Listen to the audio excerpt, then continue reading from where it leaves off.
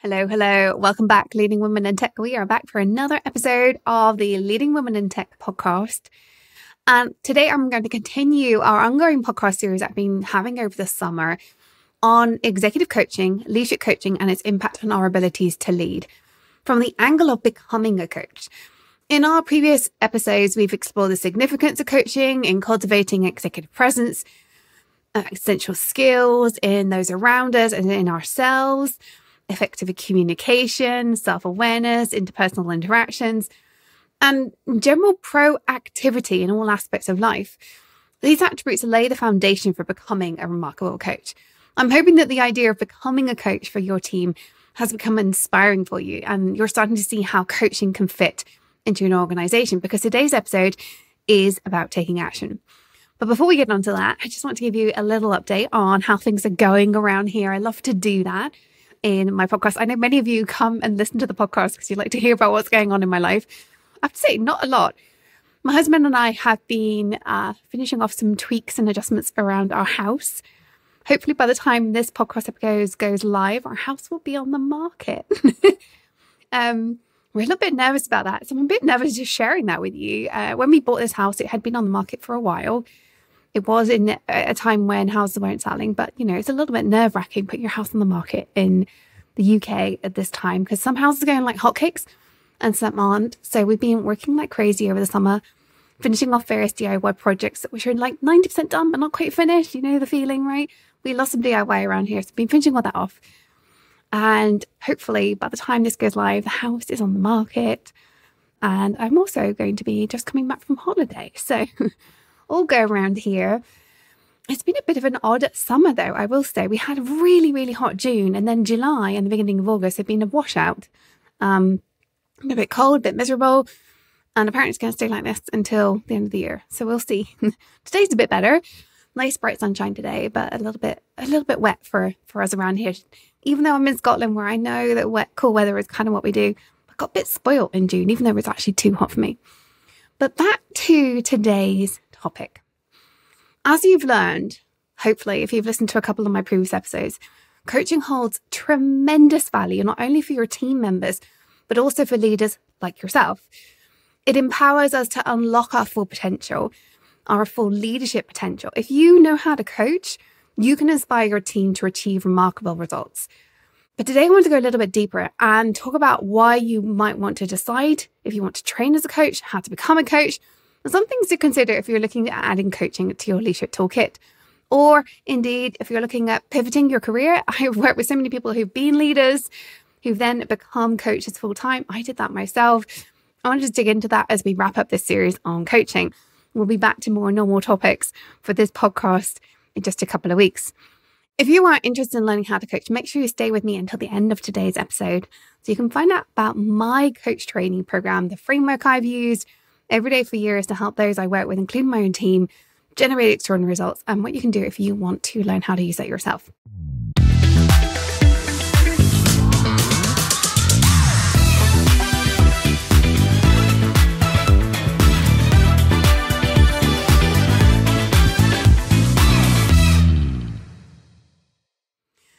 As you likely now know, if you listen to some of the previous episodes, coaching is an incredible tool to untap potential, drive progress, positively transform lives. In my coaching practice, we use the understanding of when someone is both of high competence and high enjoyment to help them via coaching. All too often, we don't do this, and instead we find ourselves teaching and mentoring when it isn't appropriate, frustrating our team members because they're high competence and high confidence. They need coaching, not teaching or mentoring.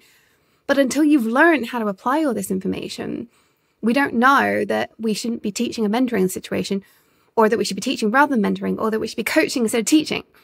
You need to know when what you use is appropriate and why that creates great results.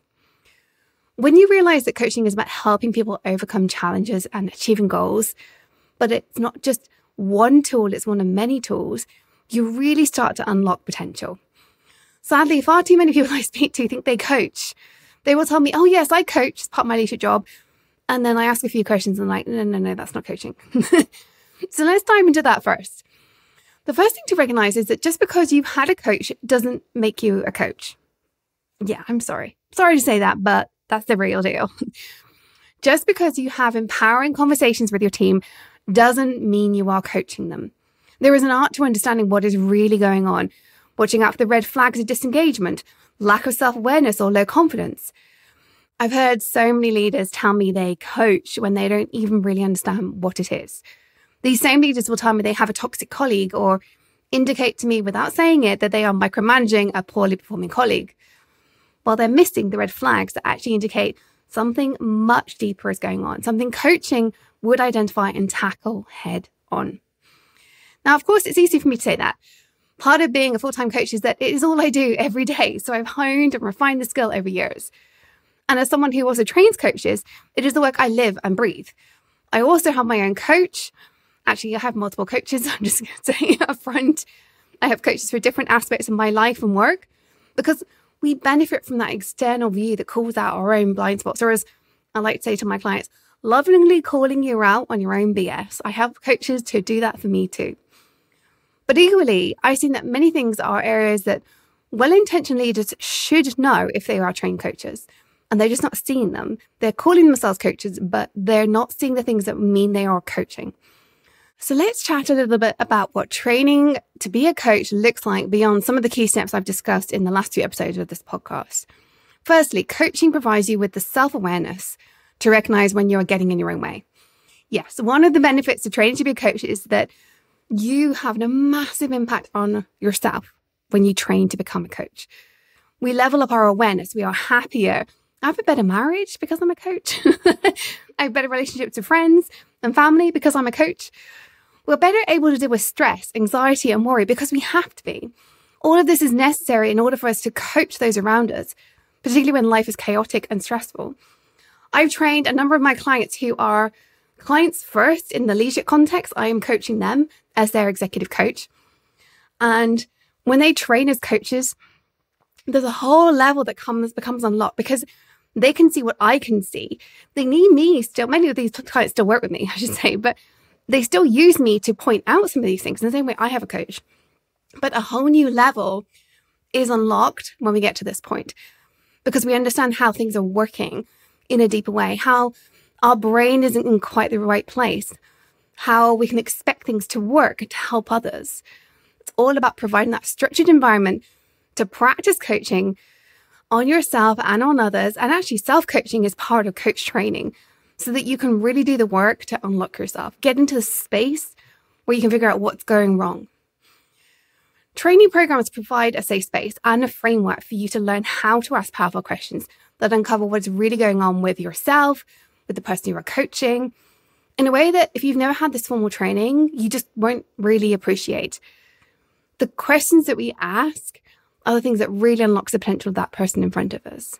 There are also some really important ethical guidelines to consider when we coach. Something that if we aren't aware of the power we have as coaches, and yes, this applies to using coaching in a leadership context, you still have an immense power when you turn on your coaching skill set. And it can cause a conflict with our day jobs. Part of training as a coach is understanding the ethical guidelines you are operating under and knowing when to flag up to a colleague that what they're saying may need to be shared with management. This is really tricky to get right. And in fact, it's one of the reasons why I offer ongoing mentoring to coaches who qualify as coaches through my certification program. Coaching is a place of trust for those we coach. In fact, that trust is paramount to our coachee's success. But as a leader, this can conflict with our job as a manager. But there are ways to navigate this, provided you're prepared for it. So actually understanding the ethics of what you do as a coach is really, really profound. Another area where I see those who train as coaches really benefit is in their communications. I've trained coaches who have worked with me. As I mentioned, sometimes they've worked with me for years in my capacity as an executive coach. But this whole other level of leadership is opened up. Coaching involves effective communication, empathy, and rapport building. And you have to learn this at such an extraordinary level that when you learn this, you then apply it to your leadership. A whole new level of leadership is opened up to you. So coach training helps you enhance your core communication skills, vital for creating that safe and supportive space as a coach, but also extraordinary when applied to your leadership. It's no accident that one of my most foundational and influential experiences as a leader was being mentored by an executive who herself was trained as a coach. She never wanted to become a full-time coach, but she trained as a coach And she was one of the best communicators I've ever had the privilege of working with. And it was life-changing for me. But then the final and potentially most important facet of coaching is using frameworks and models. This is somewhere I have very mixed views and strong views as well. Personally, I think a lot of frameworks that are out there are too rigid and don't work. There is an obsession in the coaching industry of providing cookie cutter solutions. Come train with us as a leadership coach. Follow our 10-step blueprint that you can use with your clients. We'll give you a manual that applies to this situation and you get it done. Come follow our 12-week program for delivering essential leadership skills from effective communication to capstone projects. You're being taught to follow a blueprint. The problem with that is it's formulaic. It's the exact opposite of coaching. It is teaching. That's to say that these approaches, they have a place, but it's not in coaching. They are not coaching. So if you want to train as a coach, make sure you learn how to coach, not how to deliver someone else's framework. In fact, I would argue anybody that says, here's the framework that you're going to use to become a successful, whatever it is, kind of coach, you're going to be able to use our blueprints forevermore. I'm like, that's a red flag. Because it's saying we have one way that we teach you to coach. And if you don't fit into that box, the person in front of you isn't going to get the success they need from you. Don't get me wrong. I have tools. I have multiple frameworks. In fact, I have so many frameworks, people get confused by them. But the whole point of coaching is to adapt as needed to the person in front of you and assume they have most, if not all of the tools that they need to get to where they need to go. My frameworks are focused on uncovering where they're at and what they need, rather than saying, here's a way to land a job, or here's a way to learn how to communicate. Here's my 10-step process for this. My frameworks, as you've heard in previous episodes, are about understanding their mindset, the reverse neutral forward formula, the time plan build formula. It's all about understanding where that person is at, rather than actually dictating that they go down a path. Great coaching allows you to develop a personalized pathway for each person you coach. Much like a professional development plan for each team member, instead of focusing on pushing them through a training program that they neither want or need. If you're thinking about adding coaching to your repertoire as a leader, or indeed becoming a full-time coach, it's worth taking a moment to reflect on your passion for making a positive difference in people's lives through coaching.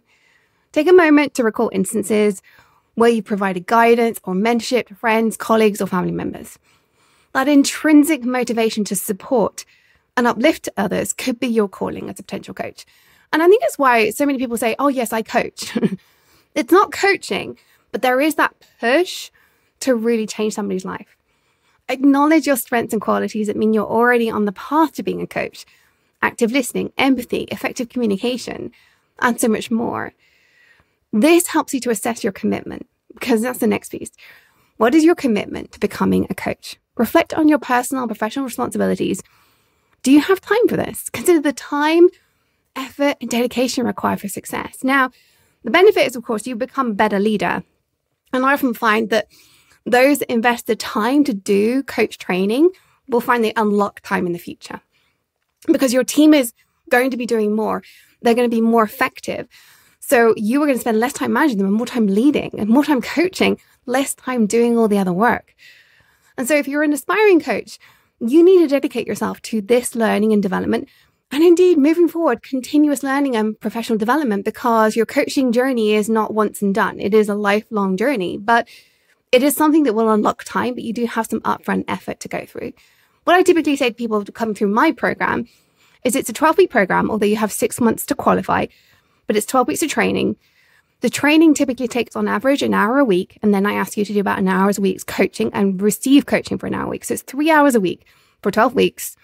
And then you have another 3 months to get a few extra hours of coaching in, not every week though, you don't need to do it that fast. We give you an extra 3 months just to give you some breathing space, embed your knowledge, get the required hours in, and you can qualify as a coach. So over 6 months, you're probably dedicating an average of 1 hour a week for 6 months. But we ask you to upfront load that with 12 weeks of fairly intensive coaching and mentoring to get you to a certain level of knowledge. So you may want to consider how you would fit that in before you take any further steps. I mean, other coaching programs are going to be similar. Some will take 10 weeks, some will take 6 months. I've deliberately tried to get this down to a period of time where I feel like you can maintain your engagement, But that's the kind of standard requirement you're going to have. The next thing you might want to consider is, how is coaching going to fit in to your career?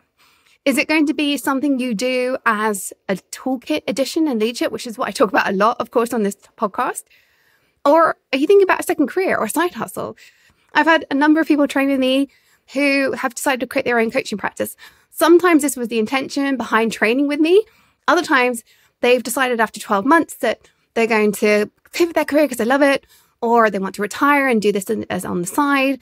There's so many reasons for it. And some people just decide to just keep this as part of their leadership toolkit, no more. And all of those are valid desires, but it's really worth understanding how you might consider fitting coaching into what you do. There are also the group of people that train with me to become coaches simply because they want to learn how to self-coach. And that's also incredibly valid and something I think is an amazing addition to your abilities as an individual. So also, if this is kind of interesting from that standpoint, consider that. If you train using the core principles of coaching, if you do decide to make coaching a job or a side hustle, you can explore different niches. You might want executive coaching, life coaching, career coaching. You get to choose that later on. But once you've explored that, I want you to take some time to choose the right coaching program. Obviously, mine is one of them, but there are some things that you really should know before choosing. Remember that there is no official industry body out there for coaching. There are organizations that claim they are the industry body for coaching, but that's simply not true. There is no body that is approved and regulated in the same way we'd have for professions regulated from therapy to law. And in fact, having worked alongside coaches certified by many of these larger bodies, something that shocks me time and time again is that none of them coach to the official rulebook that these organizations lay down, because it doesn't work. I don't really want to get into that on this podcast. It's a much more detailed conversation. I'm happy to have that conversation at some point. But the great coaches I know who have been trained by certain bodies adapt their coaching for the individual in front of them in a way they're not supposed to. And I find it shocking that these bodies are saying we are the way to coach and pushing that as an industry standard when, one, there's no evidence for that, and two, it's actually damaging, and three, the best coaches that they actually hold up as their best coaches don't coach that way. So just saying that having an industry body behind you, one, it's not regulated, and two, it's kind of not reality for what's actually going on. Instead, I would look at the programs themselves. Look at programs that focus on adaptation, that adapt the approach for the individual that's been coached, that focus on self-awareness of the coach, and don't promote the idea of accountability as the way to coach. Something I am passionate about is changing this industry obsession that we as coaches need to make ourselves indispensable by being the one that holds individuals to account. If we really want to elevate those around us, we should be teaching them self-accountability instead of reliance on others for accountability. This is particularly important if you want to use coaching as a leadership tool. The whole point is to allow yourself as a manager to do less, not more, holding others to account. The team should have and use self-accountability. So avoid these approaches that are obsessed with holding your coachee to account. That does not work. Remember to evaluate how well the program aligns with your coaching goals and values. It's essential to trust your intuition, seek input from trusted mentors and peers if you would like to, but those mentors and peers need to understand your aspirations and values. Ultimately, make sure that you join a coaching program that resonates with your genuine interests. That's so important.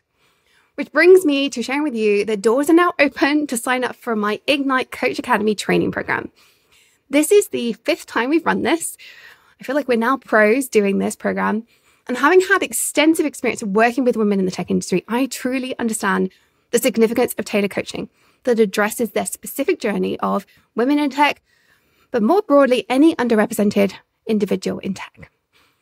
But what I've also found is that when we apply these techniques to coaching men, we cultivate more empathetic and inclusive leaders, ultimately benefiting the entire tech industry. That's how my coaching is different. We train you in how to be a coach with the underrepresented groups in mind.